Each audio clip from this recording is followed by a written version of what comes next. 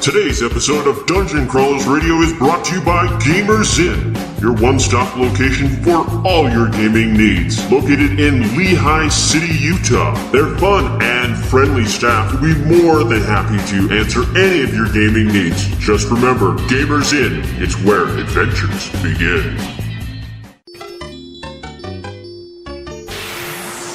It's time to power up. Autobots, roll out! Broadcasting live from the DCR studio. Oh yeah! The Geek Revolution starts here. Excellent! Get ready for the #1 hit geek radio show out there. Well, it is impressive, isn't it? Because it's time for Dungeon Crawlers Radio. Let's get ready to rumble!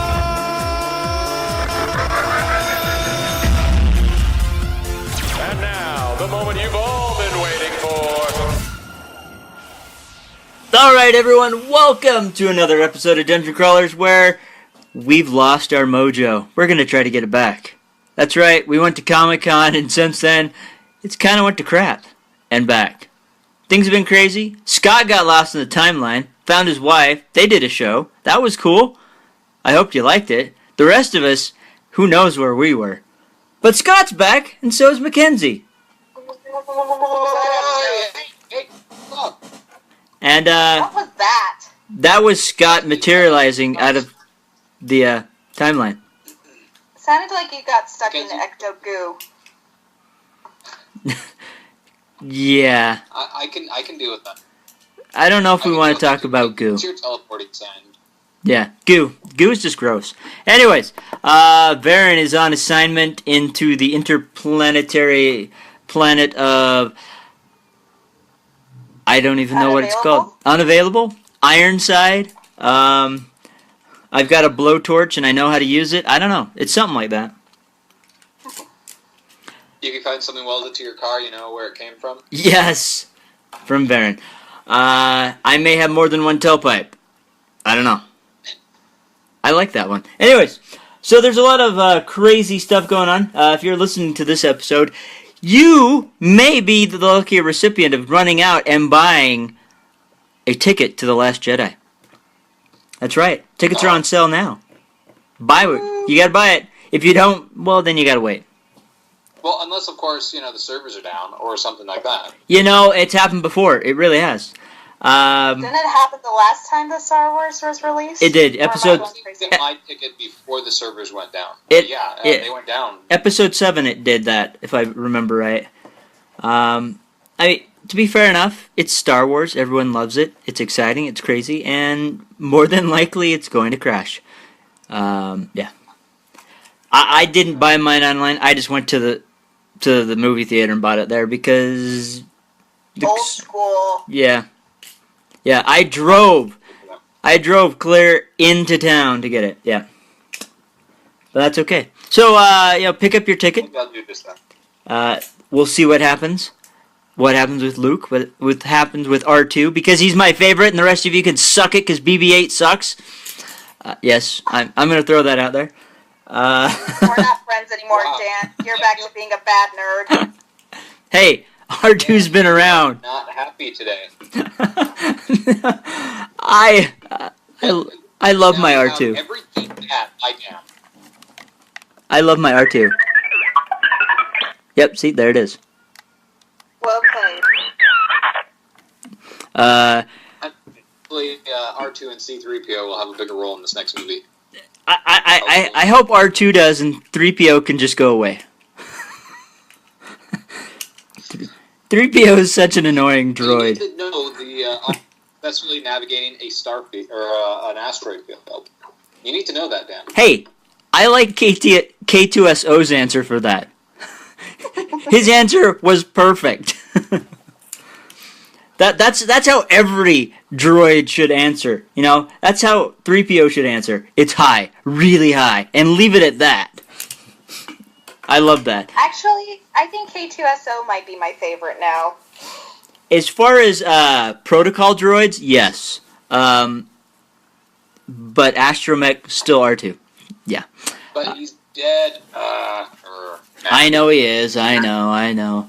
But Why'd you have to go and bring that up? R2 will always have a soft spot in my heart.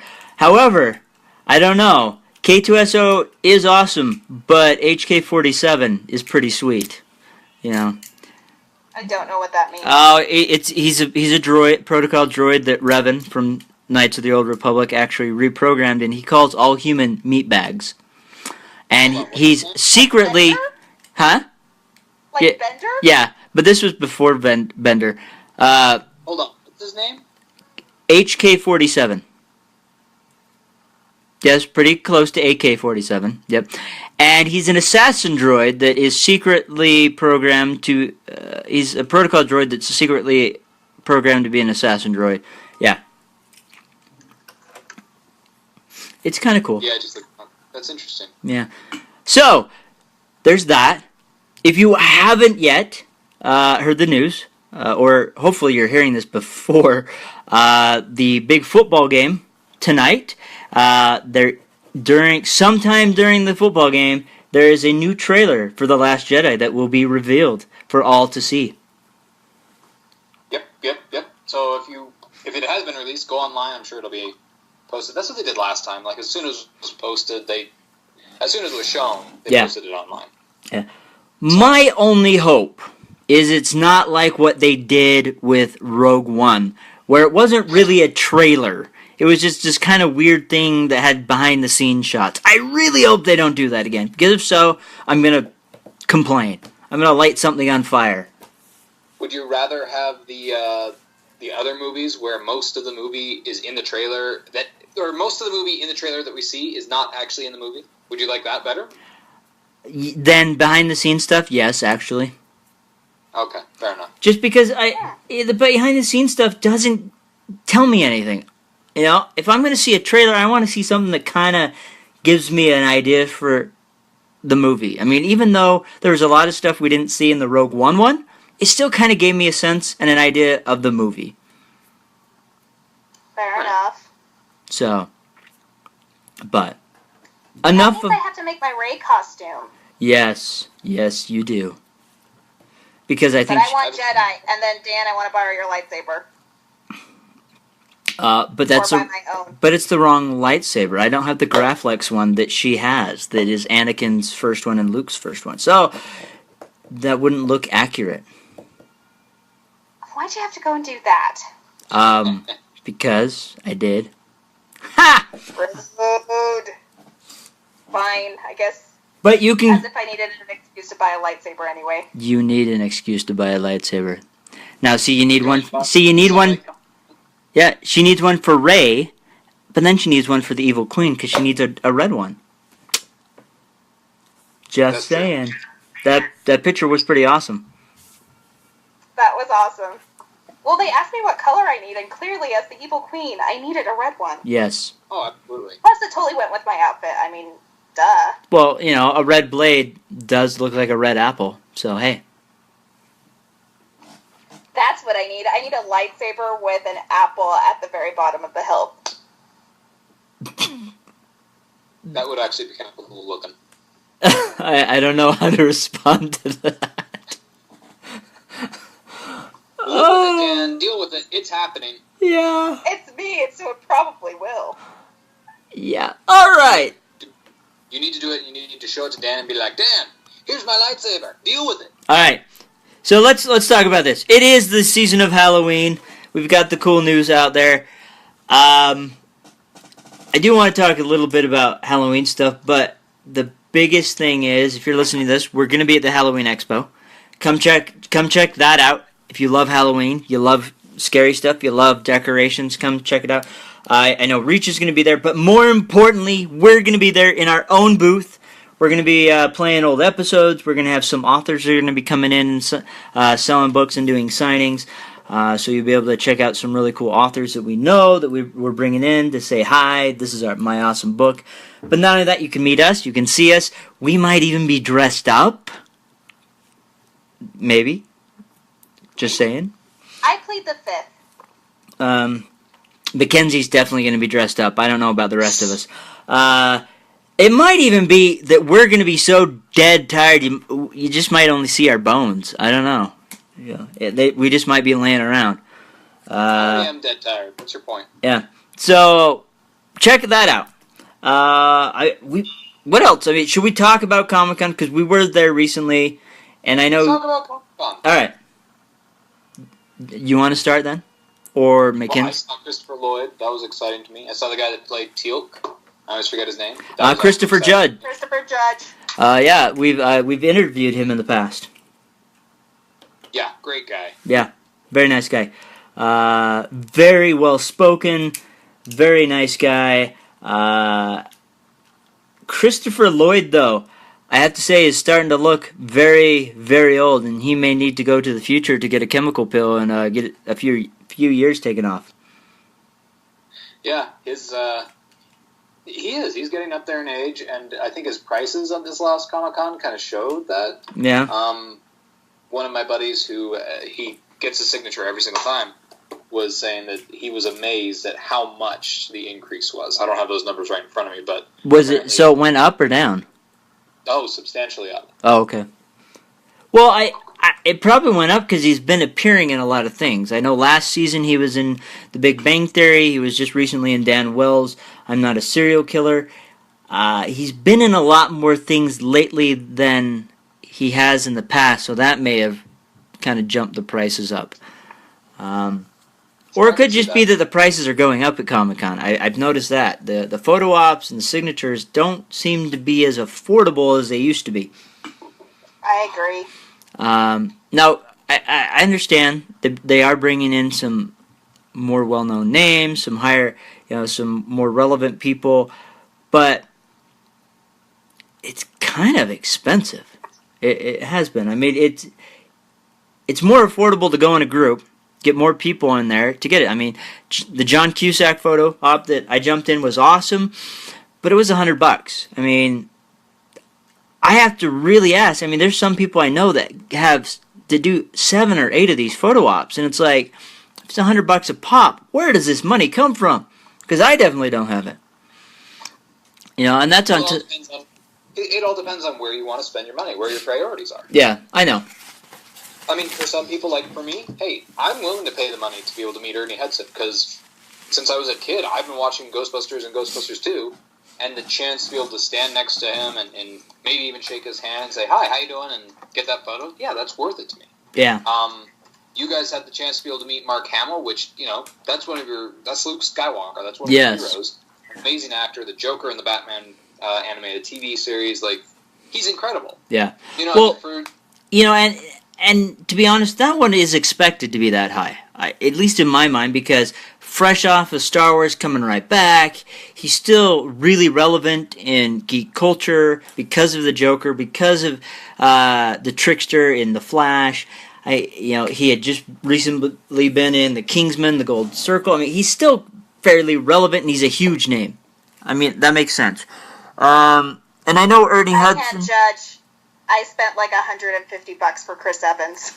So again, but see, Chris Evans, very large name right now. He's Captain. Totally worth it. That was the best money I've ever spent at Comic-Con. He's Captain America. I can kind of see that, but at the same time, again, just my perspective, it would be nice to see those prices come down just a little bit. Maybe have the convention find a way to lower those prices to make them a little bit more affordable. I don't know. I don't know all the behind the scenes thing.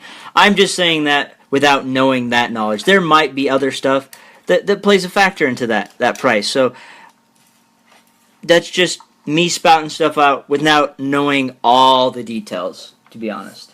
So,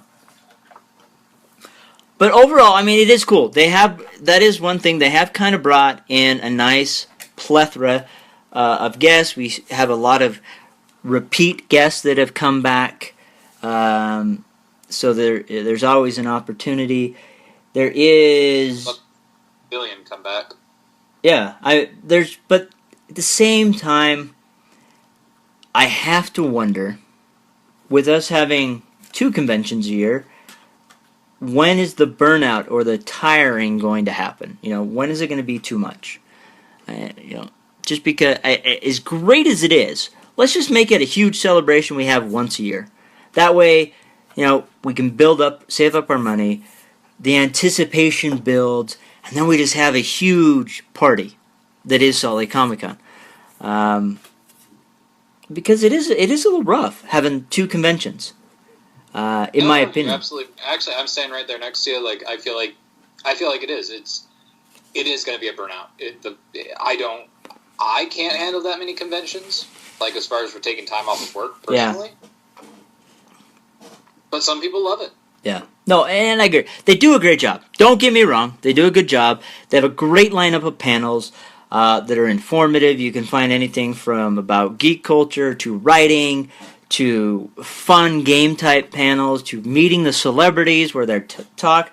They do have a fantastic lineup of panels, which is always fun. I mean, as great as it is to see the celebrities in that, there are a lot of really cool panels that are happening that you miss because there's celebrity so-and-so that you want to see, and there's other things going on. If anything, I can stress, check out some of these other panels because some of them are pretty cool and interesting to see. But at the same time, it's really hard. You got the choice of, do I want to go see, let's say, Elijah Wood, or do I want to go check out these other 5 or 6 panels? Because they're all in the same hour. There's a couple of conventions I've been to where instead of having such a huge block of panels, they kind of shrink it down, but they duplicate the panels so that you're kind of getting the same information. So if that panel you wanted to see was during Elijah Wood, well, hey, you can see it on Saturday.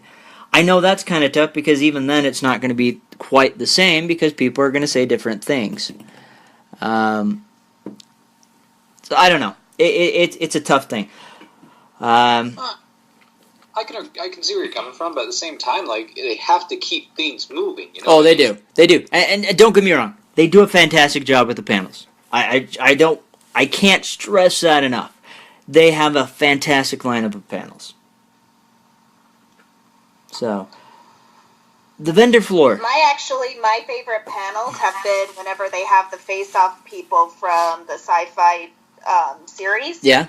I learned so much right before I was getting into cosplay and everything. I learned so much from Race Bird and a lot of them. And for me, that was actually my favorite moment, was meeting people that I had been rooting for an entire season and getting to share their wisdom. Well, see, and in that case, for you, that's really cool because you like cosplaying. So that speaks to you, So, and again, that's one of the really cool things is they have those panels where you can go and you can learn about the stuff that you're passionate about. Like for you, yeah, but cosplaying. they haven't the last couple of times, so I've been a little disappointed on that front. Yeah. So, and again, they can't hit everything. I hope they kind of cycle things through. I love when they've had writing panels. What I miss is it doesn't seem like they have very many gaming panels anymore. They used to have quite a bit, and those were fun. Hearing about how to do this or that in gaming, or creating villains or heroes or storylines, and it seems like that's kind of disappeared, or maybe I'm just not seeing them as much. But again, maybe it's just they're cycling. They're like, okay, we've done this kind of heavy, let's lighten it up, do more stuff this, and then they'll cycle back. I don't know. Do you think that has anything to do with them buying Gaming Con, though? See, that is part of my worry. That now that they bought Gaming Con, they're going to kind of push that stuff to Gaming Con, and we're not going to see that at Comic Con anymore. And if that's the case, that's going to be a sad, sad thing for me. Because Gaming Con, I don't feel is big enough yet. I don't think it's big enough to draw in. I'll just leave it at that. But fair enough. Yeah, I was kind of disappointed this year with Comic-Con. I just didn't feel as excited as in years past. It didn't seem like, man, I'm excited for this. There's all this really cool stuff. It seemed like it was the same vendors. It seemed like it didn't really seem like there was anything new to me. And again, that may be because we'd just been to Fan X in the spring. and there isn't that buildup of excitement because we just did it months before, and I think that really played a factor into it. Yeah, when you lose the buildup, you need that buildup. You need the excitement. You need a time to be able to get excited for something. It's my same complaint about Christmas, how it's always been so close to Thanksgiving. You know, you spend all month getting ready for Halloween. You're excited. Thanksgiving comes. It's not that much to get excited about, other than the fact that you get several days off of work or school or whatever.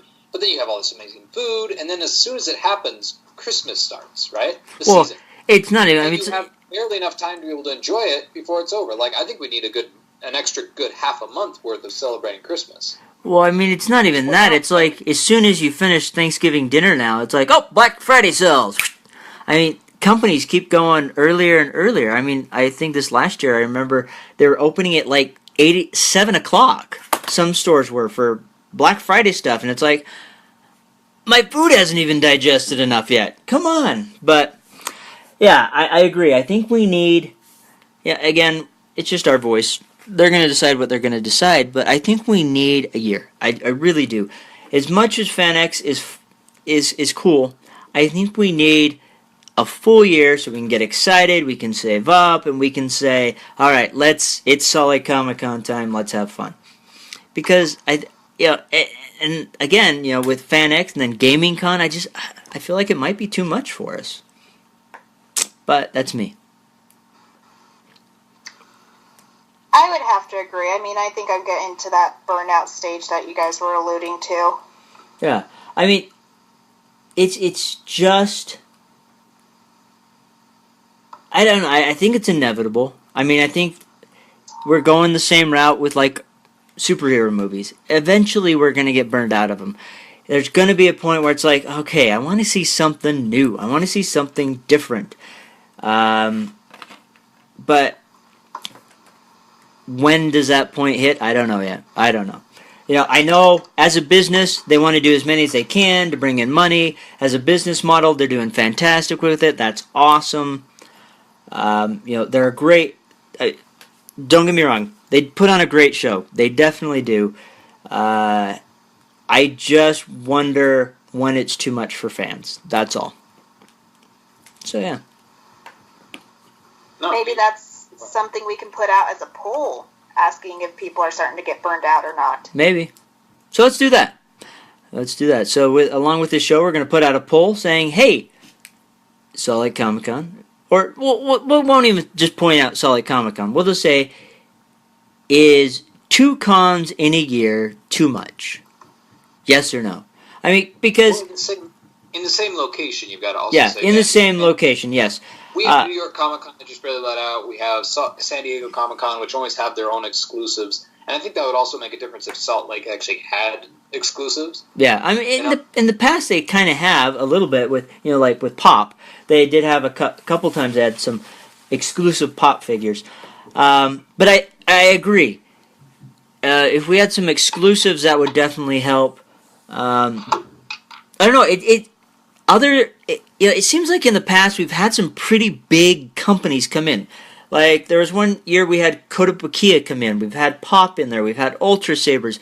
It seemed like we had a lot of really big name vendors, and a lot of comic book artists that were selling their comics like really well, big name. This last one, I didn't see that.